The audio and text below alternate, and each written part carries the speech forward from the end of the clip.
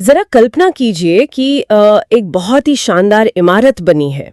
हर एक ईंट बिल्कुल सही जगह पर रखी है और हर कोई उस इमारत के मुख्य वास्तुकार की बहुत तारीफ कर रहा है। हाँ बिल्कुल, इतिहास में ऐसा अक्सर होता है ना? लेकिन क्या हो अगर अचानक ये पता चले कि उस वास्तुकार ने सिर्फ वो इमारत ही नहीं बनाई थी, बल्कि उस पूरे शहर के इतिहास और उसकी पूरी अर्थव्यवस्था पर भी सबसे बेहतरीन किताब लिखी थी।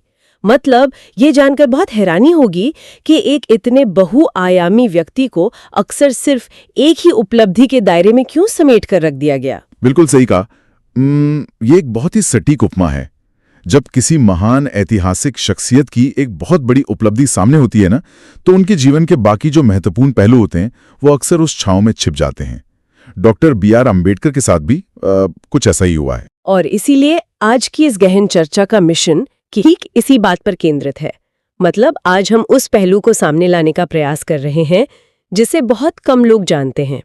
भारतीय संविधान के मुख्य वास्तुकार के रूप में तो डॉक्टर आम्बेडकर का नाम पूरी दुनिया जानती है, लेकिन आज की चर्चा ये समझने के लिए है कि वे एक बेहद कुशाग्र अर्थशास्त्री और एक गहराई तक जाने वाले इतिहासकार भी थे।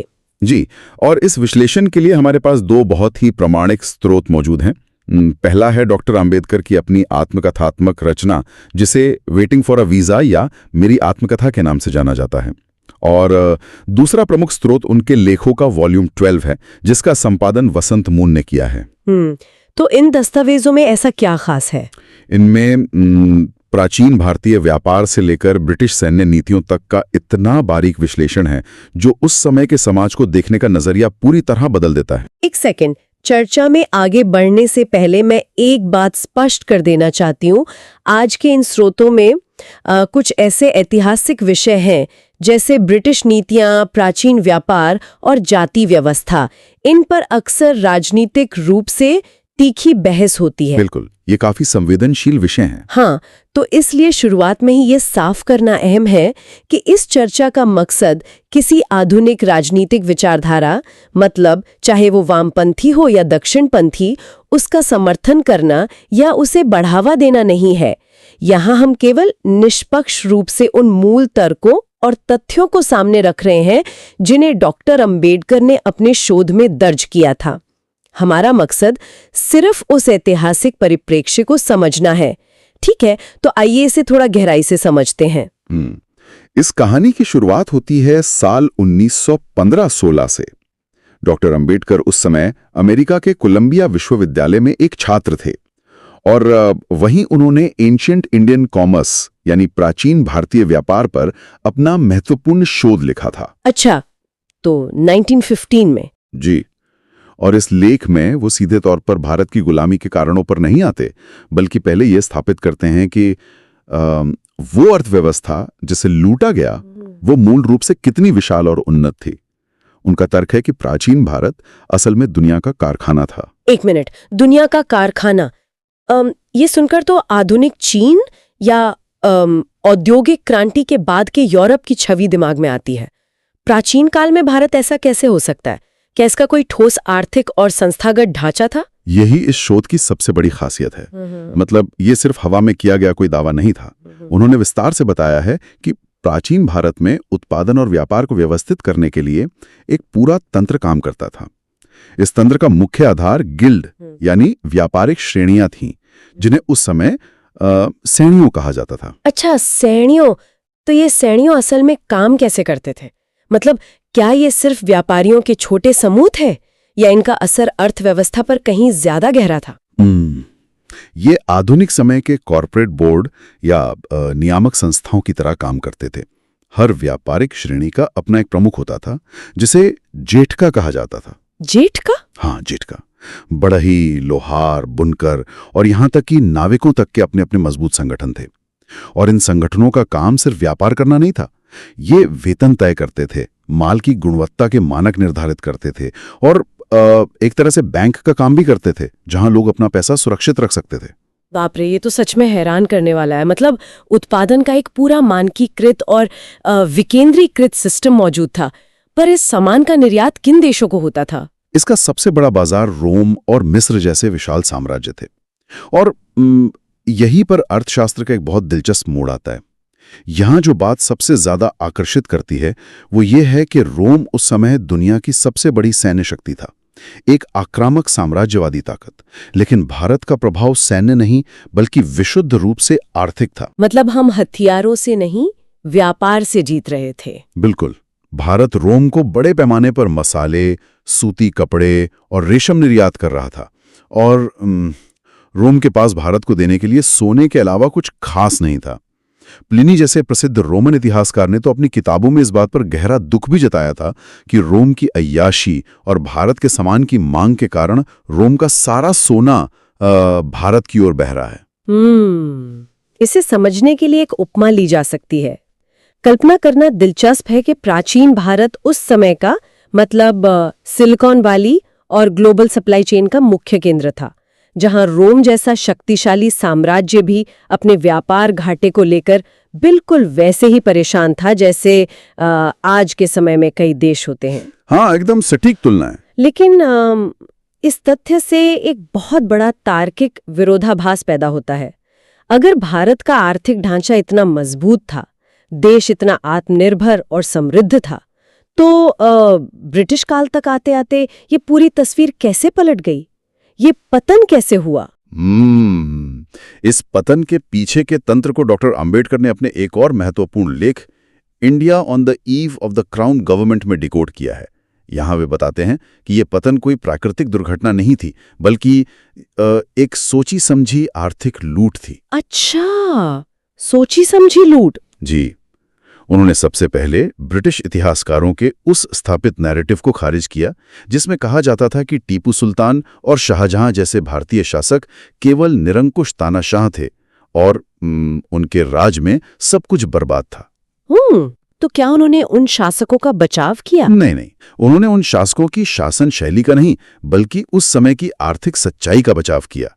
उनका तर्क था कि वे शासक भले ही कड़े रहे हों, लेकिन उनके दौर में भी देश का घरेलू उद्योग फल फूल रहा था और आम जनता के पास रोजगार था। असली तबाही तो ईस्ट इंडिया कंपनी के आने के बाद शुरू हुई। कंपनी ने भारतीय अर्थव्यवस्था को खत्म करने के लिए बाकायदा नीतियों का इस्तेमाल किया। यहाँ बात सच में बहुत दिलचस्प हो जाती है, क्योंकि अक्सर ये पढ़ाया जाता है कि औद्योगिक क्रांति की वजह से भारतीय हाथ से बने कपड़े मशीन से बने कपड़ों से हार गए। लेकिन असल में ये नीतियां कैसी दिखती थी? ये केवल मशीनों की श्रेष्ठता की बात नहीं थी, नीतियां बहुत ही आक्रामक थीं। उदाहरण के लिए, जब भारतीय सूती कपड़ा इंग्लैंड के बाजार में लोकप्रिय होने लगा तो वहां की सरकार ने भारतीय कपड़ों पर 70 से 80% तक का आयात शुल्क लगा दिया। 1 मिनट, 70 से 80%? बाप रे। इसका सीधा मतलब तो ये हुआ कि अगर कोई भारतीय शर्ट 100 रुपए की है तो वो इंग्लैंड पहुंचते पहुंचते 180 रुपए की हो जाएगी। फिर तो कोई इसे खरीदेगा ही नहीं। ठीक यही हुआ। इंग्लैंड के बाजार भारत के लिए बंद कर दिए गए। लेकिन बात यहीं खत्म नहीं हुई। सबसे ज्यादा नुकसान भारत के भीतर लागू किए गए करों ने किया। ईस्ट इंडिया कंपनी ने इनलैंड ट्रांजिट ड्यूटी लगा दी थी। इनलैंड ट्रांजिट ड्यूटी ये जमीनी स्तर पर कैसे काम करती थी? इसे ऐसे समझा जा सकता है कि अगर कोई भारतीय बुनकर अपने ही देश में एक शहर से दूसरे शहर अपना कपड़ा बेचने ले जाना चाहे तो उसे जगह जगह स्थापित टोल या चौकियों पर टैक्स देना पड़ता था। ये टैक्स कुल मिलाकर 17.5% तक पहुंच जाता था। 17.5% अपने ही देश के अंदर? जी हाँ। बार बार रोके जाने, सामान की तलाशी और इस भारी टैक्स के बोझ ने घरेलू सप्लाई चेन को पूरी तरह से तोड़ दिया। वहीं ब्रिटेन से आने वाले माल पर ऐसी कोई ड्यूटी नहीं थी। ये तो ऐसा है जैसे अपने घर के अंदर एक कमरे से दूसरे कमरे में जाने पर कोई किराया मांग रहा हो। इस पूरी व्यवस्था को देख के तो ये सवाल उठता है कि ब्रिटिश सत्ता जिस सभ्य बनाने वाले मिशन का दावा करती थी, क्या वो सच में था या ये सिर्फ एक संगठित कॉर्पोरेट लूट थी? अगर हम इसे व्यापक दृष्टिकोण से जोड़कर देखें तो ये पूरी तरह से मुनाफे के लिए चलाई जा रही एक बेखौफ कॉर्पोरेट मशीन थी। ईस्ट इंडिया कंपनी कोई चुनी हुई लोकतांत्रिक सरकार नहीं थी। उसे अपने शेयरधारकों को जवाब देना होता था। डॉक्टर अंबेडकर ने आंकड़ों के साथ दिखाया कि कैसे कंपनी ने भारी लूट मचाकर अपने शेयरधारकों को 160% तक का भारी भरकम लाभांश बांटा। 160% डिविडेंड, ये तो भयानक है। बिल्कुल। और जब भारतीय उद्योग तबाह हो गए तो लाखों कारीगर, बुनकर और लोहार बेरोजगार हो गए। उनके पास जीवित रहने के लिए कृषि की ओर भागने के अलावा कोई विकल्प नहीं बचा। इससे जमीन पर भयंकर बोझ पड़ा और भारत, जो कभी दुनिया का कारखाना था, वो महज एक कृषि प्रधान और कच्चा माल पैदा करने वाला देश बनकर रह गया। ये सारा आर्थिक विश्लेषण बहुत तार्किक है, लेकिन यहाँ मुझे एक बड़ी वैचारिक उलझन हो रही है। हाँ, बताइए। अगर ईस्ट इंडिया कंपनी भारत के उद्योगों को इस तरह व्यवस्थित ढंग से कुचल रही थी, लोगों पर भारी टैक्स लगा रही थी, तो जाहिर है कि जनता में भयंकर असंतोष रहा होगा। ऐसे में समुद्र पार से आई एक छोटी सी व्यापारिक कंपनी इतने विशाल देश पर कब्जा कैसे कर पाई? इन दमनकारी नीतियों को लागू करवाने के लिए बंदूकें किसके हाथ में थी? ये इतिहास का वो हिस्सा है जो सबसे ज्यादा चौंकाता है, और इसका विश्लेषण डॉक्टर अंबेडकर ने the untouchables and the PACS Britannica नामक लेख में बहुत गहराई से किया है।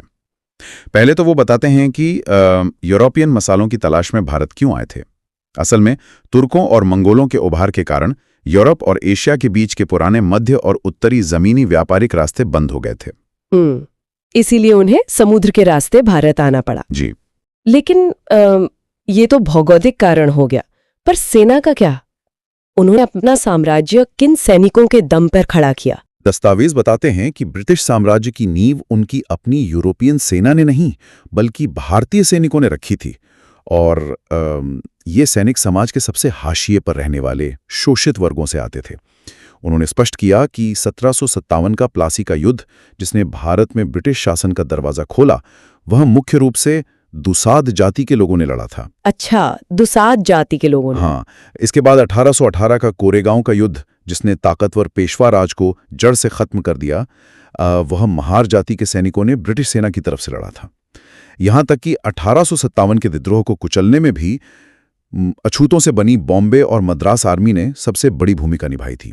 एक मिनट, यहां मुझे थोड़ा रुकना होगा और एक बहुत ही स्वाभाविक सवाल पूछना होगा। आज के समय में जब राष्ट्रवाद के नजरिए से इतिहास को देखा जाता है, तो ये बात बहुत से लोगों को असहज कर सकती है। मैं समझ रहा हूं आप क्या कहना चाह रही हैं। हाँ, मतलब क्या अछूत सैनिकों का अंग्रेजों की तरफ से लड़ना अनिवार्य रूप से एक विदेशी आक्रमणकारी को उनके ही देश पर कब्जा करने में मदद करना नहीं था? डॉक्टर अंबेडकर इस बात को कैसे समझाते हैं? ये सवाल अक्सर उठता है, और इसी को स्पष्ट करने के लिए अंबेडकर सामाजिक तंत्र की गहराई में जाते हैं। वो समझाते हैं कि उन सैनिकों का अंग्रेजों की सेना में शामिल होना किसी देश के खिलाफ देशद्रोह नहीं था, बल्कि वो अपनी जान और अपने आत्मसम्मान को बचाने का एक हताश प्रयास था। उस समय के पेशवा राज और उच्च जाति के क्रूर अत्याचारों को समझे बिना इस कदम को नहीं आंका जा सकता। तो वे अत्याचार जमीनी स्तर पर किस तरह के थे? उस व्यवस्था में अछूतों के पास जीवन और संपत्ति का कोई मूलभूत अधिकार नहीं था। सार्वजनिक सड़कों पर चलते समय उन्हें अपने गले में एक हांडी बांधनी पड़ती थी ताकि उनकी थूक जमीन पर न गिरे, और कमर में एक झाड़ू बांधनी पड़ती थी ताकि उनके पैरों के निशान मिटते जाएं। बाप रे, यह तो अमानवीयता का चरम था। बिल्कुल। ऐसे माहौल में जब ईस्ट इंडिया कंपनी ने अपनी सेना के दरवाजे उनके लिए खोले, जहां उन्हें एक नियमित वेतन, पहनने के लिए साफ वर्दी, रहने की जगह और सबसे बड़ी बात एक सैनिक के तौर पर बराबरी का सम्मान मिला, तो उन्होंने इसे एक स्वाभाविक विकल्प माना। तो ये अस्तित्व की लड़ाई थी। जी। उनके लिए ये किसी विदेशी ताकत की वफादारी से ज्यादा खुद को एक दमनकारी सामाजिक व्यवस्था से आजाद करने का रास्ता था। ये सुनकर तो इतिहास का पूरा नजरिया ही बदल जाता है। मतलब ये राष्ट्र बनाम विदेश का नहीं, बल्कि अस्तित्व और गरिमा का संघर्ष था। लेकिन अगर ऐसा है तो एक और बड़ा सवाल सामने आता है। जी, पूछिए। जिन सैनिकों ने प्लासी से लेकर 1857 तक अपने खून पसीने से ब्रिटिश साम्राज्य को भारत में स्थापित किया, उनके साथ अंग्रेजों ने अंततः क्या व्यवहार किया? यहीं से 1890 के महान विश्वासघात की कहानी शुरू होती है। ये वो समय था जब ब्रिटिश सरकार ने अचानक अपनी सैन्य नीतियों में एक बहुत बड़ा बदलाव किया। उन्होंने क्लास कॉम्पोजिशन और मार्शल रेस और नॉन मार्शल रेस यानी लड़ाकू और गैर लड़ाकू जातियों का एक नया नियम लागू कर दिया। तो इस नियम का जमीनी असर क्या हुआ? इसका असर ये हुआ कि जिन अछूत सैनिकों ने अंग्रेजों के लिए सबसे बड़ी और कठिन जंगें जीती थी, उन्हें रातों रात गैर लड़ाकू घोषित कर दिया गया, उन्हें सेना से बाहर निकाल दिया गया। और यह प्रतिबंध सिर्फ सेना तक सीमित नहीं रहा, नागरिक सेवाओं और यहां तक कि पुलिस विभाग में भी अछूतों की भर्ती पर रोक लगा दी गई। ये बात बिल्कुल समझ से परे है। मतलब कोई भी सत्ता, कोई भी सेना अपने सबसे वफादार, सबसे अनुभवी और सबसे बहादुर सैनिकों को काम से क्यों निकालेगी? इसमें अंग्रेजों का क्या फायदा था? बल्कि पूरी तरह से सामाजिक और राजनीतिक था। अच्छा, तो इसके पीछे की राजनीति क्या थी? 1857 के विद्रोह के बाद ब्रिटिश राज की मानसिकता बदल चुकी थी। उन्हें समझ आ गया था कि भारत पर राज करने के लिए उन्हें यहाँ के बहुसंख्यक और सामाजिक रूप से ताकतवर वर्गों को खुश रखना होगा। विद्रोह के बाद उच्च जाति के हिंदू भी बड़ी संख्या में सेना और नागरिक सेवाओं में नौकरी के लिए आने लगे थे। तो फिर समस्या कहाँ आई? परेशानी ये थी कि उच्च जाति के लोग अछूतों के साथ काम करने को तैयार नहीं थे। प्रदूषण और छुआछूत की धारणा इतनी गहरी थी कि एक उच्च जाति का सैनिक ये बर्दाश्त नहीं कर सकता था कि कोई अछूत सिपाही उसके साथ कंधे से कंधा मिलाकर चले या कोई अछूत अधिकारी उसके घर की तलाशी ले। किसी दफ्तर में अछूत चपरासी के हाथ से फाइलों का लेन देन भी उन्हें मंजूर नहीं था। और अंग्रेजों ने इस सामाजिक भेदभाव को दूर करने के बजाय उन्होंने इसके सामने घुटने टेक दिए। बिल्कुल, अंग्रेजों ने अपनी सुविधा देखी। उच्च जातियों के असंतोष से बचने और अपने शासन को सुरक्षित रखने के लिए उन्होंने उन अछूत सैनिकों की पीढ़ियों की वफादारी को एक झटके में कचरे के डिब्बे में डाल दिया। इसका एक बहुत ही ठोस उदाहरण इस शोध में दिया गया है। कौन सा उदाहरण? 1925 में संयुक्त प्रांत, जिसे आज उत्तर प्रदेश कहा जाता है, वहां की पुलिस भर्ती में एक चमार जाति के व्यक्ति को पुलिस में लेने से साफ मना कर दिया गया, जबकि वो शारीरिक और मानसिक रूप से पूरी तरह योग्य था। सिर्फ उसकी जाति के कारण उसे अयोग्य मान लिया गया। इसे अगर आज के संदर्भ में बहुत ही सरल शब्दों में समझना हो तो ये ऐसा है जैसे कोई व्यक्ति दिन रात एक करके एक स्टार्टअप को सफल बनाए और जब वो कंपनी करोड़ों की हो जाए और उसमें काम करने के लिए नए प्रभावशाली लोग आ जाएं तो कंपनी का नया मैनेजमेंट उस पुराने व्यक्ति को सिर्फ इसलिए निकाल दे क्योंकि नए कर्मचारियों को उसका बैकग्राउंड पसंद नहीं है। हाँ, बिल्कुल ऐसा ही हुआ था। ये केवल एक अन्याय नहीं था, ये चरम स्तर की अवसरवादिता थी जिसने एक पूरे समुदाय को वापस उसी गरीबी और वंचना के अंधेरे में धकेल दिया जहां से वो मुश्किल से निकले थे। और यही बात इस पूरे विषय को इतना गंभीर बनाती है। ये इतिहास केवल पुरानी फाइलों में दबा हुआ कोई अकादमिक शोध नहीं था।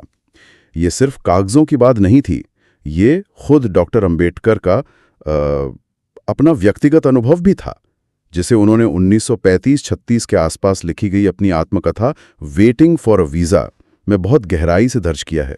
ये किताब आज के समय में कितनी प्रासंगिक है इसका अंदाजा इसी बात से लगाया जा सकता है कि ये आज अमेरिका की कोलंबिया यूनिवर्सिटी में टेक्स्ट बुक के रूप में पढ़ाई जाती है। भारत में पीपल्स एजुकेशन सोसाइटी ने 1990 में इसका प्रकाशन किया था और सविता पाठक द्वारा इसका बहुत ही प्रभावशाली हिंदी अनुवाद किया गया है। जी बिल्कुल। मतलब ये रचना इस बात का प्रमाण है कि एक व्यक्ति जिसने दुनिया के सबसे बेहतरीन विश्वविद्यालयों कोलंबिया और लंदन से उच्च शिक्षा प्राप्त की हो, जो अर्थशास्त्र का प्रकांड विद्वान हो, उसे भी अपने ही देश में अछूत होने के कारण पानी पीने से लेकर रहने की जगह खोजने तक के लिए कैसा मानसिक और सामाजिक संघर्ष करना पड़ा। इसीलिए उनका जोर हमेशा इस बात पे रहा कि शिक्षा ही मुक्ति का सबसे बड़ा हथियार है। शिक्षा केवल अक्षर ज्ञान नहीं है, बल्कि ये वो शक्ति है जो समाज में हो रहे अन्याय के पीछे छिपे पूरे इतिहास, उसके अर्थशास्त्र और उसके संस्थागत तंत्र को डिकोड करने की क्षमता देती है। जब तक कोई शोषित वर्ग अपने इतिहास और अर्थव्यवस्था की संरचना को नहीं समझेगा, तब तक वो अपनी वर्तमान स्थिति को नहीं बदल सकता। तो इस सब का असल मतलब क्या है? आज के इन सभी स्रोतों और तथ्यों को एक साथ रखकर देखा जाए तो निष्कर्ष क्या निकलता है? निष्कर्ष ये है कि डॉक्टर अंबेडकर केवल एक कानूनविद या केवल संविधान के निर्माता नहीं थे। वे वैश्विक अर्थशास्त्र, प्राचीन व्यापार प्रणाली और सैन्य रणनीतियों के एक बेहद प्रखर विश्लेषक थे। उन्होंने इस बात को मजबूती से स्थापित किया कि भारत का इतिहास केवल महलों में रहने वाले राजा महाराजाओं का इतिहास नहीं है। बिल्कुल सही। यह इतिहास सिल्क रूट, मसालों के व्यापार पर नियंत्रण, इनलैंड ट्रांजिट ड्यूटी जैसी कर प्रणालियों और समाज के सबसे हाशिए पर पड़े वर्ग के वजूद को बचाने के संघर्षों से गुथा हुआ है। और ये सारी जानकारी आज के समय में अत्यधिक प्रासंगिक है। ज्ञान तभी मूल्यवान होता है जब वो हमारी वर्तमान समझ को चुनौती दे और उसे विस्तार दे। मतलब आज के समाज में मौजूद आर्थिक असमानता और सामाजिक गैर बराबरी को केवल आज के चश्मे से नहीं समझा जा सकता। इसे समझने के लिए उन ऐतिहासिक जड़ों तक जाना होगा जहां सदियों पहले आर्थिक और सैन्य नीतियां तय की गई थीं। बिल्कुल। अतीत की इन आर्थिक और सामाजिक संरचनाओं को समझे बिना एक बेहतर और समान भविष्य का निर्माण करना लगभग असंभव है। एकदम सही बात है। और अब इस चर्चा को खत्म करने से पहले एक ऐसा विचार छोड़ना जरूरी है जो शायद इतिहास को देखने का पूरा नजरिया ही बदल दे। जरा इस बात पर गहराई से विचार किया जाए। 1890 में अंग्रेजों ने सामाजिक दबाव में आकर अछूतों को सेना से बाहर का रास्ता दिखा दिया। लेकिन क्या होता अगर उन्होंने ऐसा ना किया होता? ये एक बहुत बड़ा सवाल है ना? अगर अछूतों के पास हथियारों का वो अनुभव, वो कठोर सैन्य प्रशिक्षण और सत्ता में उनकी वो भागीदारी बरकरार रहती, तो 20वीं सदी के स्वतंत्रता संग्राम की तस्वीर कैसी होती?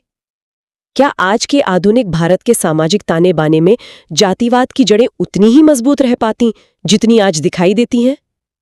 सच में ये सोचने वाली बात है। ये एक ऐसा सवाल है जो इतिहास के पन्नों को एक बिल्कुल नई दिशा में ले जाता है। इसी विचार के साथ आज की इस गहन चर्चा को यहीं विराम देते हैं। इतिहास की इन गहरी और अनदेखी परतों पर अपना अध्ययन और विचार जारी रखें।